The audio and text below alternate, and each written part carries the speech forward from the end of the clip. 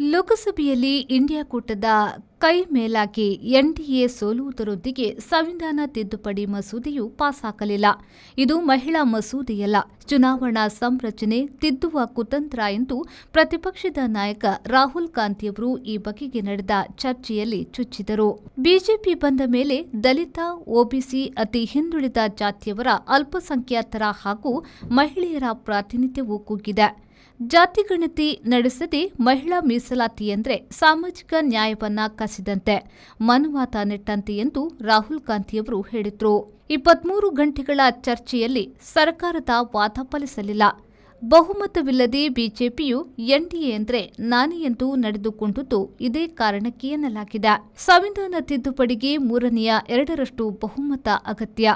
ಅದು ಸಾಧ್ಯವಾಗಲಿಲ್ಲ. ಆಳುವ ಕೂಟದಲ್ಲಿ ಹೆಚ್ಚು ಮತ ಇದ್ರೂ ಅದು ಫಲ ತರಲಿಲ್ಲ. ಮುಖ್ಯವಾಗಿ ಇಂಡಿಯಾ ಮೈತ್ರಿಕೂಟ ಸಂಪೂರ್ಣ ಒಗ್ಗಟ್ಟು ಪ್ರದರ್ಶಿಸಿತು.